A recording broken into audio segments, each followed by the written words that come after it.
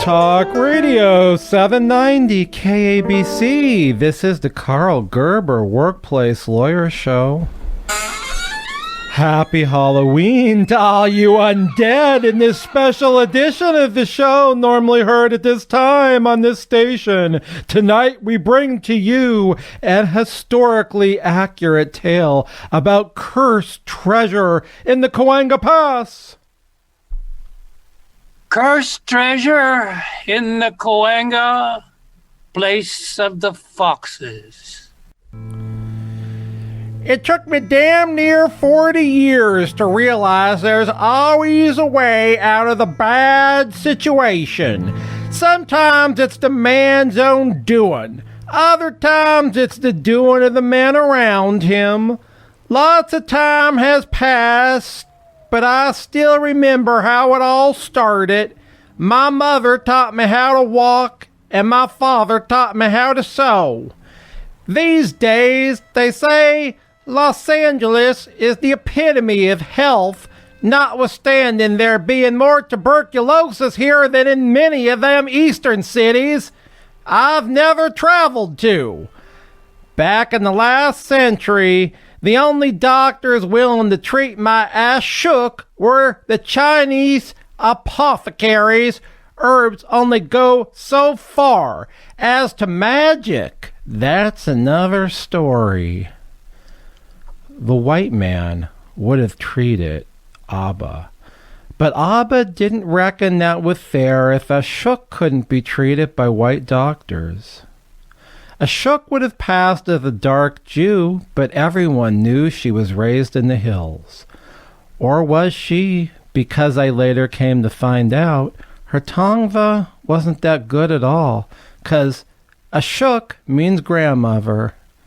When my parents died, the townsfolk burned our house. I was 11. They said, kids don't get the plague. They weren't any specific plans for me, 'cause I was neither Indian nor Jew. On account of Papa being a Schneider, we didn't do much farming, and that's where most of the work was those days for a boy of 11. On account of Calabasas being such a dangerous place, some old kook couldn't find nobody but me to walk his goats with him from the Pueblo to Rancho Escorpion to deliver them goats, and then back through Calabasas where he gambled whatever coins the goats brought him. I just turned 12, and I'd been handling the goats good when bandits ambushed the old man in the middle of the night just outside of Calabasas. Like I told you, Maya shook, or however it's really said in her language. She taught me how to walk. The bandits never found the mestizo boy. I figured my best chance of finding work was to make my way back to the Pueblo. I wandered my way through the San Fernando Valley along the old mission route. I killed crows and squirrels with rocks. When I walked all day without finding a stream that ran from the hills, at night I drank from the wells of the ranchers and the homesteaders. In Encino, I bathed in the hot spring of Rancho Los Encino. By the time I came towards the Cahuenga, my feet were sore. Fall had turned to winter, and there was too much mud to trek through the pass. I found a goat ranch in the foothills that had a well underneath an old oak tree. They hadn't been feeding the animals down there in a long time. The goats and the chickens were higher up the hill by a real house made of timber woods painted over. The oak's arms shielded me from the never-ending rainstorm. I wasn't much accustomed to having slept in a house because my house had a raised plank floor in town. I survived off the yolks of chicken eggs and well water until the holiday they called Christmas. It was then that I woke up to a pail of goat milk. From below, I'd seen the man, but I was sure he hadn't seen me. He wasn't an old man then. Maybe a couple years older than I am now. The day after his holiday, I committed to coming up the hill, but not being seen by him. She's going to be a mama any day now. If I was a betting man, I'd put my money on her having 3 kids. He talked like that the rest of the day, just like he was talking to somebody, but there wasn't nobody there but the goats. That night I went up and checked her out. I learned a thing or two about goats. She wasn't carrying her babies up high in her abdomen no more. Them kids of hers had dropped, and the top of her sides had that hollowed out look. It was going to happen on any day, and it was the coldest, wettest rain I'd ever seen in Los Angeles. He had a bunch of torn burlap sacks in the bar. I'd seen him throw them in there. When they ripped, I sewed a sack around the pregnant goat. Nothing that would interfere with her when it was her time. What's this? Where'd that come from? If it's keeping her dry, I guess I'll leave it on until it stops raining. Rain poured through the chicken coop all day. That night I sewed together enough old sacks to stop the chickens from being flooded. Well, I'll be. Somebody around here is sure handy with a needle. A mysterious bed of hay appeared one night. Goat milk in the morning. Soon, goat milk and cheese. A lot of eggs also appeared. Soon, I did what I could for the goats at night. I mainly chased away them foxes. It isn't right that a young boy like you should be living outside underneath an oak tree. You understand what I'm saying? I only know a few Tongva words. Is that all you know? I used to hear my father speak in Hebrew. Oh, that's about the strangest combination I've ever heard. Before spring, I had a room in his house. We've got to get you in school. These days, it ain't enough to know your way around a goat. Someday there'll be a train running through this pass. I came to learn his wife died trying to have their child. He had lots of brothers and sisters, but they were out somewhere in the Midwest on their own farms. He came to California to find silver, but didn't find much, but, found enough to buy a patch of land in the hills. It wasn't good for anything but raising goats and chickens. Well, sheep too, but there weren't any sheep at that particular moment on account of what his last hired help did to them. On my 13th birthday, the man gave me a California vaquero. He was just old enough to ride and slightly darker than a peach. You're going to need him to ride back from town on the weekends. Sir, I never thought I'd have a horse like him. For now, he's the most majestic thing on this ranch. But pretty soon, I am sure we're going to be rich. When I was 14, I went to stay in town during the week. He didn't tell Mrs. Wilson I was part Indian. He said my mother might have come from Russia. I hadn't been in school for almost 4 years. At first, it was rough over at Los Angeles High. Soon I made a few friends and we'd tumble down Pound Hill. Or was it Pancake Hill? One day he came into town. Doing an expedition. What kind of an expedition? I'll tell you more about it when you come back to the ranch this weekend. The moon cast shadows as I rode into the Cahuenga Pass. I knew it was just 3 miles past the 6-mile house, but those would be long miles. The eucalyptus danced in the wind, and the bushes were alive with sounds. 20 minutes later, I saw the glow of the Cahuenga Tavern, and then it disappeared into darkness. Cabrello hissed. An animal's head lay in the middle of the narrow pass. Upon closer inspection, it was a goat's head. I was, after all, in the place of a fox. It thundered, and it rained on the last mile of the track. Come on in, boy. Get out of those wet clothes. I'll show you what I've been fixing. After putting on the dry clothes beside the fire, I used to sleep in front of. He had a map laid out on the table. This here's a map of buried treasure. For real? There was $200,000 in gold, diamonds, pearls, and other fixings. 6 men divided it up. I reckon half of it is buried in El Portozuelo on account of you speaking a little Gabrielo Indian language, English, and Hebrew. I'll translate. That's the little doorway in Spanish. Cahuenga for your people, which means place of the fox. How'd you get the map? Well, I won it fair and square in a friendly game of poker at the Cahuenga Tavern, while you were hopefully learning all those mathematics and proper grammar over at Los Angeles High. It was around this time I learned the man didn't make his money finding silver. He made the money for the ranch selling supplies to Banning's workers who came into town to load up on supplies before returning to the silver mines. Word got out that the man was going to buy supplies to look for something in the hills.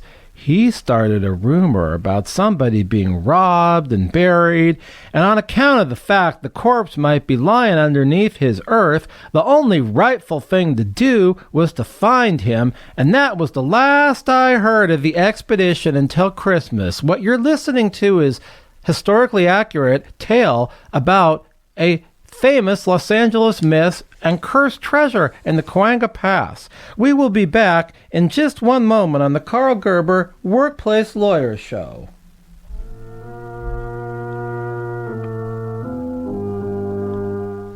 The Employment Lawyers Group has successfully represented employees in wrongful termination, sexual harassment, employment discrimination, and unpaid wage lawsuits, including class actions. They are only paid when and if money is collected from the employer. Call 877-525-0700 during the week for an experienced job lawyer. 877-525-0700. Talk Radio 790 KABC. You're listening to a special edition of the Karl Gerber Workplace Lawyer Show. I know you ain't Christian, so if you don't want to, you don't have to. But I'd feel a lot better if we went to midnight mass. On the 2-hour ride to Nuestra Señora Reina de los Angeles, he said, Do you want the good news or the bad news? Tomorrow's Christmas. The good news, sir. All right.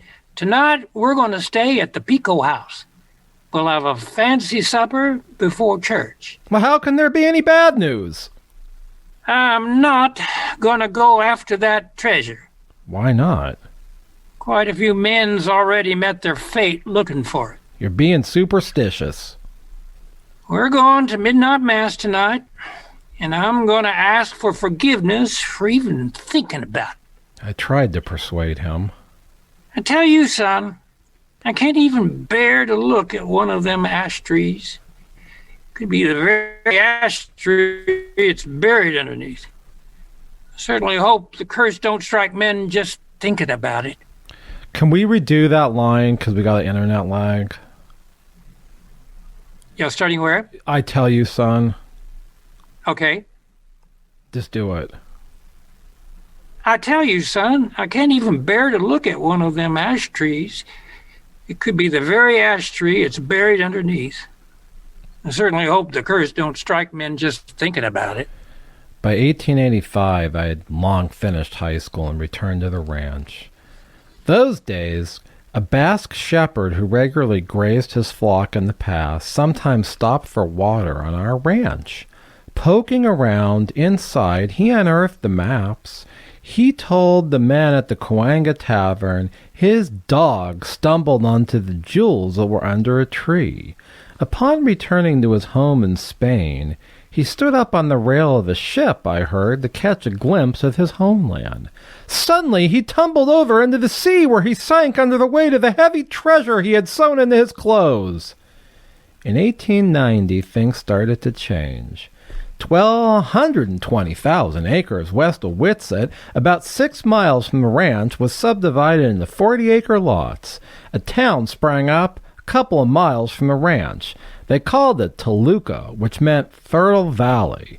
The farming opportunities by that lake were a whole lot better than our ranch in the hills, where the only animals suitable for the terrain were goat to eat the weeds.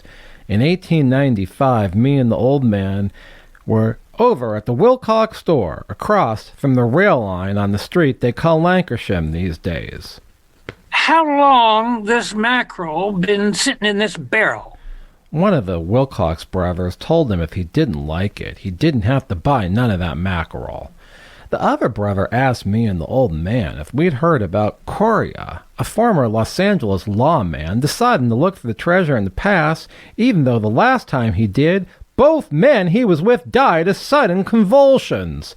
But before he could start, he was gunned down by his brother-in-law during a family quarrel at Boyle Avenue on the outskirts of town. I told you the treasure was cursed.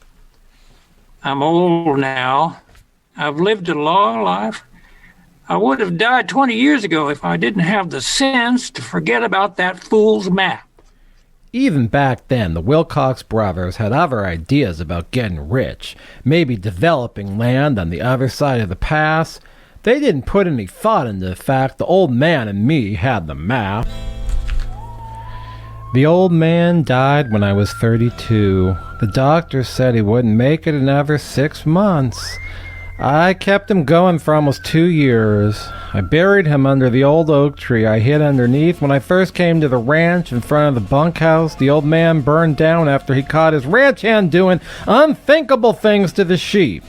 A couple of the old-timers came by to pay their respect. I built the ranch up to one of the biggest ranches for goats, sheep, and even ostriches. The fact, there was a hell of a lot going on in the nearby developing towns we supplied goods for. That didn't hurt neither. I didn't expect he'd leave me the whole ranch, but maybe I should have. The last 15 years, I'd done most of the work, and we shared all the profits. Besides, in the 20 years we lived together, I never met his family. One night, a couple of years before I installed an indoor water closet, I was outside around midnight using the old outhouse. It had been raining torrents for weeks. When I came out, 2 men grabbed me from back and held chicken wire across my neck so I couldn't move or see their faces. With all the mud on the ground, I was sure one of us would slip and it would be all over for me. They told me I'd better show them the old maps about the buried treasure. Ain't no good gonna come out of that. Startled, the wire nicked my neck. A good 5 or 6 or maybe 9 men. They've already been killed looking for that treasure or finding a little part of it. I told those men it won't do you no good. They persisted. I said I hadn't seen their faces, so they were welcome to take the map and never see me again.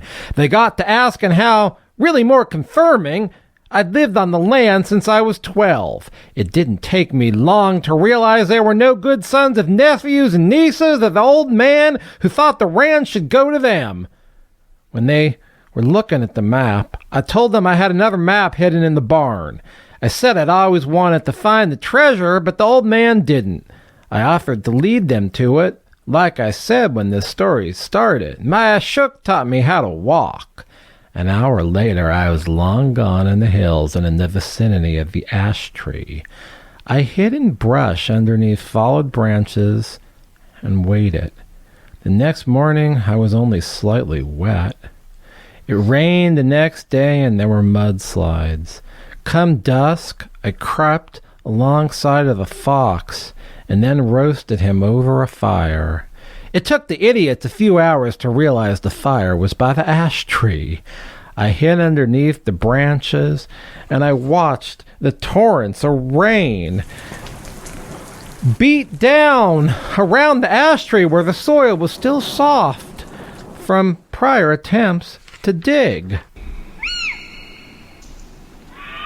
The hills were alive with sounds, mostly animals, but fools too. They saw where the fire had been and they saw the soft soil. The map conspicuously indicated the treasure was buried near an old ash tree. They slipped and slid down the hill like they were at the world-famous Nizuki, giving a neuro massage over at the Lucky 7 Tarzana. Really, Reseda? Mr. Gerber, could you please get back to the story? We'll do Q&A afterward. Sorry, Once they were on the saturated soil by the ash tree, I heard. It's not too late. Turn back. Just forget about that treasure. His not so close a kin he'd never met or spooked, but kept on. They remarked the treasure was surely worth $1 million now. They'd build a railroad. I tell you, I'd never seen the earth engulf anyone before, and I never saw it again. Nyan Tamagava. In my mother's language, that means I'm old now. Some say it was a sinkhole, or they fell in an old well, but I don't think so. Nobody ever found the bodies. I might be guilty, 'cause I knew they wouldn't make it far if I led them to that treasure, but I'm pretty sure they were going to kill me because I wanted the land. When I heard them looking for me, quite a few shots were fired, and that is what they were saying. Mr. Gerber, I've heard somebody tried to find the treasure in 1939. A guy from Bakersfield, where you do a lot of cases. Well, that is true, Remus Helms. The city gave him a permit to drill 15 feet below the acoustical shell of the Hollywood Bowl. In the parking lot, although there were spectators, nothing was found. Around the time I was thinking of making the San Fernando Valley my home. I remember another man got a one-day $200 permit in 1974 to drill. Those last two guys didn't die because the treasure is not located in the Hollywood Bowl. The treasure was first buried on the side of the pass about halfway from the tavern known as the 8 Mile Mark to the Pueblo to the summit on the hillside opposite the main road. We know the 6 Mile Mark is the Lansky-Demille Barn, where they started producing motion pictures in 1914. Tonight you have heard about cursed treasure in the Cahuenga Pass, a true story written by Karl Gerber, going back to the 1800s and very, very much authentic to what was going on. In the hills, the only type of animals one would have would be sheep and goats. Goats to eat the things off the hills, like the weeds. Maybe they could have ostriches, maybe they could have chickens. And of course, the Cahuenga Tavern was really there. Of course, the Witsit land sale began as indicated in the story. So sometimes on the Karl Gerber Workplace Lawyer Show, we will bring you accurate historical facts. We hope you have enjoyed this for Halloween, because not every story is quite like this, and we did have the help of Remus Helms, the most important man in Sun Valley, California, who will be on next week to talk more, I'm sure. But for now, please have a wonderful week of workplace abuse. And if you do, I think you know where to go. Yes, Karl Gerber, workplace lawyer, a real workplace lawyer, and Los Angeles historian, may be called at 877-525-0700 for a real workplace lawyer.